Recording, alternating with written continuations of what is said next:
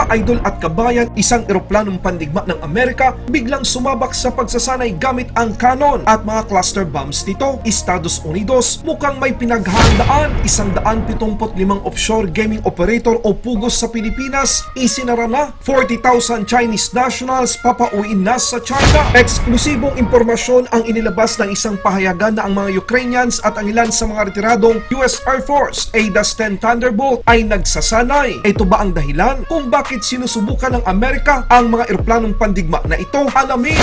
Russia nagdeklara na magpapadala pa ng halos 300,000 na mga reservists sa Ukraine. Kitang-kita na ang ilan sa mga ito ay takot na sumabak sa digmaan sa Ukraine at nakuha pang magtago sa loob ng refrigerator. Barkong pandigma ng Amerika na galing pa sa Pilipinas at isang warship ng Canada pinasok ang Taiwan Strait. Ang tanong, anong hakbang ang ginawa ng mga barko ng China? Napaalis ba sila? Alamin, ito ang mga balitang ating pag-uusapan dito lang sa Good News Philippines. Huwag kalimutang i-like ang video, mag-subscribe, mabilis lang ito, promise!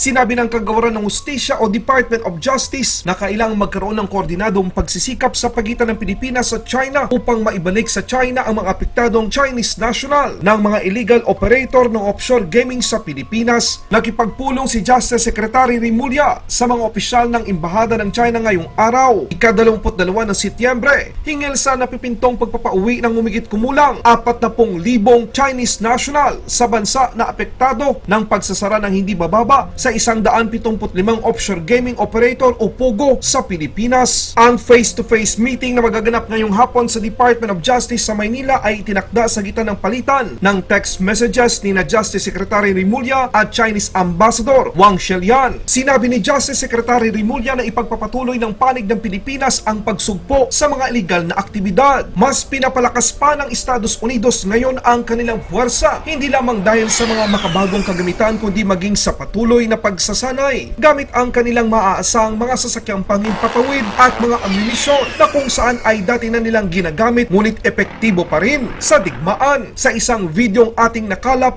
ipinapakita ng isang A-10 Thunderbolt o mas kilala sa tawag na Warthog ng US Air Force ay nagpapakita ng pagsasanay nitong ikalawang linggo ng Setyembre taong kasalukuyan gamit ang main cannon nito na ang astig pakinggan ngunit masakit para sa kalaban, ang CBU-87 at ang CBU-103 bilang mga cluster bombs na gawa ng Aerojet General at Honeywell na ipinakilala noong taong 1986 pa. Kitang-kita ang lakas ng A-10 Thunderbolt at ang mga ammunition nito. Ang tanong, bakit nagsasagawa ang US Air Force ng ganitong mga pagsasanay sa kasalukuyan kung saan ang ganitong mga eroplano at ammunition ay may katagalan na? Ito ba isang sinyales na hinahanda ng Amerika ang kanilang A-10 Thunderbolt para ibigay sa bansang nangangailangan ngayon sa kasalukuyan tulad ng bansang Ukraine? Ayon sa isang artikulo, nakakuha sila ng eksklusibong impormasyon na sinasanay ang mga piloto ng Ukraine para sa US jets. Dagdag pa ng artikulo na makikipagtulungan sa isang banda ang mga Ukrainians at mga retiradong US A-10 pilot upang subukan at makuha ang ilan sa mga armada ng Warthogs. Ito lamang ang kanilang pag-asa upang protektahan ang mga unit ng infantry ng Ukrainian mula sa mga artillery attack ng Russia. Samantala, hindi ito madali. Ang Estados Unidos ay maging maingat tungkol sa pagbibigay ng mga sistema ng armas at pagsasanay sa Ukraine dahil sa posibleng maging reaksyon ng Russia. Sa katunayan, nagpahayag si President Putin ng partial mobilization o pag-deploy ng karagdagang puwersa nito sa Ukraine. Kinatayang nasa halos 300,000